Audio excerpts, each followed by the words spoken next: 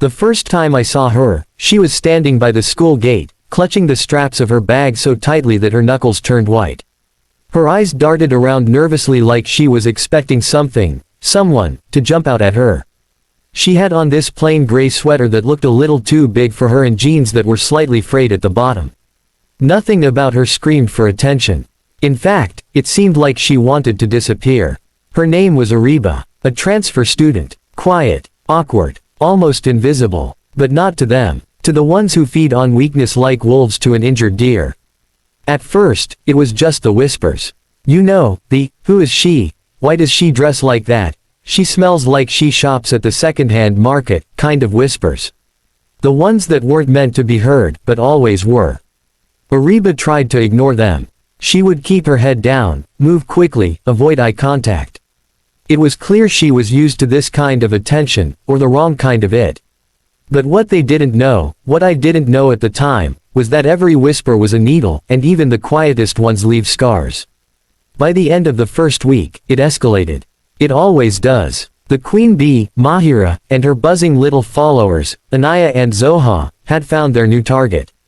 Mahira wasn't just popular. She was venomous. Her smile could slice through steel, and her words were bullets dipped in poison. She thrived on control, on dominance, and most of all, on making others feel small so she could feel big. And Ariba was the perfect prey. They started, accidentally, bumping into her in the hallway. Spilling juice on her lunch. Snatching her notebook and pretending they thought it was theirs. During group assignments, no one wanted to partner with her, and when teachers forced them, the others just let her do all the work and made fun of her presentation afterward. There was one day during lunch, I'll never forget it. Ariba was sitting alone under the staircase, eating what looked like a homemade roti and sabzi. Mahira walked past and faked tripping, spilling an entire Coke onto Ariba's food. And then she laughed. So did everyone else, including me. Not because I thought it was funny. No, I laughed because it was easier than being the next target. Easier than standing out. Cowardice hides well in a crowd. But the worst was yet to come. 2 weeks later, the bullying turned digital. Anonymous Instagram stories started popping up. Pictures of Ariba in the cafeteria with captions like, "Lunch for the poor," and, "Did her clothes escape a charity box?" There were even memes with her face edited onto cartoons. I remember walking into school one morning and hearing a group of seniors chuckling at one. Someone had posted a screenshot of Ariba during a Zoom class where her mic had unmuted, and her mom's voice was heard scolding a sibling in the background. That moment, which should have been forgotten instantly, was turned into a joke that never ended. And yet, Ariba never cried in front of anyone. Not once. Her eyes remained hollow, but she never shed a tear. And that made her attackers even more cruel. Because bullies want a reaction. They crave it. And when they don't get it, they push harder. Mahira wasn't just cruel, she was obsessed. One day in class, Mahira sneakily placed a fake letter on Ariba's desk, a forged love letter from a secret admirer. It was crude, full of mocking compliments like, "Your greasy hair shines like motor oil," and, "Your laugh reminds me of goats in distress." Ariba read it slowly, blinked a few times, then folded it neatly and tucked it into her bag. I watched her closely that day. She didn't react, but something in her posture cracked. That night, I couldn't sleep. The next morning, Ariba wasn't in school. Not that day, not the next, nor the one after that. That's when the rumors started. She got suspended for slapping Mahira, one said. Her parents transferred her again, another claimed. She tried to hurt herself, someone whispered. That last one hit me like a brick. I didn't want to believe it. But when I checked her social media, I saw she had deactivated every account. Vanished. Like she had never existed. And the worst part, Mahira and her group laughed about it. Celebrated it, like they had achieved something. That night, I cried. Not because I missed Ariba. Not even because I felt guilty. But because I realized, I had become one of them. Not by action, but by silence. And silence is complicity. I remembered a quote I once read, "All that is necessary for the triumph of evil is that good people do nothing." That haunted me. I was done doing nothing. So I decided to find Ariba. To know the truth. To apologize if it wasn't too late. And maybe, just maybe, make things right. Because sometimes, the smallest act of courage can start a storm. And I was ready to face it. I spent 3 days searching. Not online, she had erased herself from every platform, but through whispers, old contacts, and one brave move, I messaged the number she had written once on a library sign-up sheet. I stared at my phone, heart pounding, thumb hovering. What would I even say? I settled on the truth. Hey, I'm not sure if this is Ariba, but if it is, I'm sorry. And I want to talk. I want to listen. I didn't expect a reply. But the next morning, I woke up to a single message, meet me at Hillview Park. 5 p.m. Come alone. My pulse exploded. I had no idea what I'd say in person. What if she hated me? What if she didn't even show up? But at 4:50 p.m. sharp, I was there, sitting on the cracked wooden bench near the fountain that no longer worked, clutching a water bottle and praying I wouldn't mess this up. And then, I saw her. Same oversized hoodie. Same quiet steps. But she looked different. Tired, yes, but stronger too. Like someone who had survived a storm and carried the raindrops with her. She sat down beside me in silence. For a minute, we didn't speak. Just stared at the empty park, listening to the wind. And then she whispered, "So, now you care." I looked down, ashamed. I should have cared then. I was a coward. I laughed when I should have spoken. I didn't know how to be brave. She glanced at me, her eyes hollow but honest. And what changed? I paused. You disappeared. And I realized I let evil win. Ariba leaned forward. Do you know why we moved here? Why I was so quiet? I shook my head. Her voice was soft. My dad passed last year. Heart attack. We had to leave our city because we couldn't afford the rent anymore. My mom is doing her best, but we're barely surviving. When I joined school, I knew I'd be different. I was ready for awkward stares. But what I got was war. She sniffled but didn't cry. Do you know what it feels like when you pray for the bell to ring so you can run home? When you eat in the washroom because laughter echoes louder than screams. My throat tightened. I'm so sorry, Ariba. I can't erase what I didn't do. But I want to fix what I can. She turned to me, eyes burning. Then stand. Don't whisper apologies. Roar them. Because silence is what made Mahira strong. I walked home that evening with a fire in my chest. I knew what I had to do. The next day, I walked into school earlier than usual and made a decision. I would not let this stay in the shadows anymore. I pulled out my phone and recorded a video. A raw, shaky one. No filters. No edits. Just me. Hi. My name is Samir. And I was a coward. This school has bullies, real ones. People like Mahira who humiliate others for fun. And I laughed with them. I watched Ariba, a quiet girl who lost her father, get torn apart every day. I said nothing. But not anymore. If you've ever been hurt by bullies, if you've ever cried alone, this is for you. You matter. And they won't win. I posted it on my Instagram story. And braced myself. Within minutes, replies started flooding in. Bro, respect. I saw what they did to her too. Finally someone said it. But then, came the backlash. Mahira commented, "Aw poor hero boy, need attention." Followed by a laughing emoji. Her fans mocked me. Memes started. But I didn't care. Because by lunchtime, something crazy happened. Other students, ones I barely even knew, started speaking out too. Sharing their own stories. One girl confessed that Mahira had body shamed her for months. Another posted about being mocked for her stutter. By the end of the day, #stand for Ariba was trending in our school's digital groups. But Mahira wasn't done. Not yet. The next morning, I walked into class and found something stuck to my locker.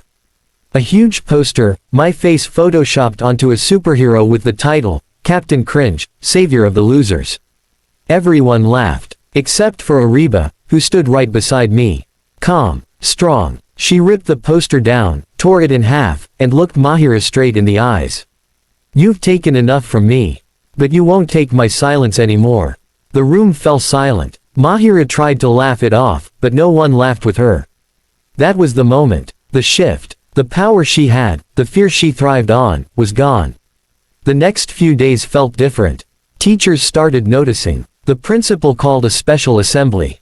They spoke about bullying, about digital harassment, about mental health. But words weren't enough. So I did one last thing. With Ariba's permission, I created a video, a montage of her story. Not the pain, but the strength.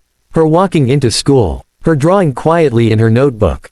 Her helping a classmate. Her standing tall. We called it, The Girl Who Stayed Silent, until the silence was broken. We uploaded it to YouTube. Within days, it went viral. Thousands of views. Comments from strangers saying they related. Teachers from other schools asking to show it in class. Even a local news channel picked it up. In Mahira, her parents were called. She was suspended for a week. But the biggest punishment wasn't from the school. It was from her own followers, who finally saw her for what she really was. A bully with no power. Once her victim spoke, Ariba began to smile again. Not all the time, but more than before. She joined the art club. Started tutoring younger students. She still wore her hoodies, but now, people saw the girl inside them. In me, I learned that being a hero doesn't mean wearing a cape. It means standing when others sit. Speaking when others laugh. Choosing right, especially when it's hard. It had been a month since everything changed. Since the day Ariba stood up. Since the day I found my voice. And in those 4 short weeks, our school transformed. The whispers stopped. Students started opening up. The principal invited counselors to visit classrooms. There were kindness corners, where anyone could write anonymous notes of support. We were finally healing. But healing isn't always simple. It isn't always quiet. And sometimes, when the surface calms, the storm underneath still brews. Ariba was stronger now. You could see it in the way she walked, back straight, chin up. Not cocky, but confident. She even gave a short speech during an assembly on Anti-Bullying Week. The auditorium had gone completely silent as she said, "They called me invisible. But now, I choose to be seen." That line got printed on the back of our school shirts. She became a symbol of quiet strength. Everyone respected her. But that didn't mean everyone had changed. Some wounds don't heal with time. Some fester. One afternoon, I noticed Ariba was absent again. A whole week passed, and she didn't return. At first, I thought maybe she had the flu, but something felt off. She hadn't replied to any messages. No online activity. Not even her closest friend, Ramin from the art club, knew where she was. Then, on a rainy Friday morning, we found out. The principal called a sudden assembly. Everyone shuffled into the hall, confused. We were expecting an announcement about exams or maybe a fire drill. But what we got stunned the entire room. Mr. Iqbal stood on stage, holding a paper in his hand, his voice shaking slightly as he spoke. "Students, it has come to our attention that a deeply disturbing video has been shared online, originating from outside the school, targeting one of our students, Ariba." The hall went still. The video is not only cruel, but illegal. We have launched a full investigation with the cybercrime unit. My heart dropped. "What video?" I whispered to Ramin beside me. She looked pale. I think I know. But I hoped it was fake. As it turned out, someone had uploaded an old clip. A deeply personal moment. Ariba at her previous school, being shoved in a hallway, breaking down in tears, while someone recorded from a corner, laughing. The video had resurfaced on TikTok. Captioned, "She cried then, she'll cry again, tears of joy #DramaQueen." It was spreading like wildfire. And the account that posted it. It was fake. No traceable profile picture. No name. But whoever did it knew what they were doing. They wanted to break her again. That evening, I visited Ariba's home. I didn't even knock at first, just stood outside the gate, frozen. Her younger brother saw me and called her. When she came out, she looked different. Not scared, not angry, just exhausted. I handed her a phone. "It's spreading. But I swear, I'll stop it. Whoever did this." She shook her head slowly. "I know who it was," she said quietly. "But I can't prove it." I clenched my fists. "Mahira." She paused. "No. Worse." I blinked. "Worse." She looked me in the eyes and whispered, "My cousin. From my last city. She was the one who filmed it. We lived together after my dad died. She hated me. Said I made her look bad. I never thought she'd post it." It felt like the ground shifted. "And now?" I asked. "She's threatening to post more. Screenshots. Messages. Twisting them to look like I was obsessed with someone. Like I was desperate. She wants me to disappear again. But this time," she paused, voice breaking, "I won't run." That moment, I saw something deeper than strength. I saw courage laced with pain. And I made a promise. We were going to expose everything. The right way. The next few days, I helped Ariba gather all the evidence, old texts, timestamps, screenshots. I even contacted a digital safety advocate through my cousin in university. They guided us step by step. And we posted the truth. Not just the proof of her innocence, but the truth behind her silence. Her childhood, her bullying, her losses, and her fight to rebuild. The video reached 100K views in 24 hours. Ariba didn't cry. Not even once. She spoke to the camera with quiet power. My name is Ariba. I have been bullied in classrooms, in hallways, and now, online. But I will not let lies define me. To the ones who tried to break me, thank you. You taught me how to survive. The outpour of support was massive. Students from other schools reached out. Adults who had faced cyberbullying shared their stories. Hashtags like #StandWithAriba and #BreakTheSilence started trending. And then, something unexpected happened. The cousin confessed. Under pressure, scared of the legal action, she messaged Ariba. She apologized. Sent a voice note. I was jealous. You were strong, even after losing everything. And I wasn't. Ariba forgave her. Not because she had to. But because holding on to hate felt heavier than letting go. From that day on, Ariba wasn't just a survivor. She became a speaker. A leader. She was invited to speak on youth mental health panels. She got a scholarship. She even painted a mural on our school wall, a broken mirror with flowers growing through the cracks. Under it, in gold paint, it read, "And me." I kept telling stories. Stories like hers. Stories like yours. Because I learned one thing. When one person stands, others find the strength to rise.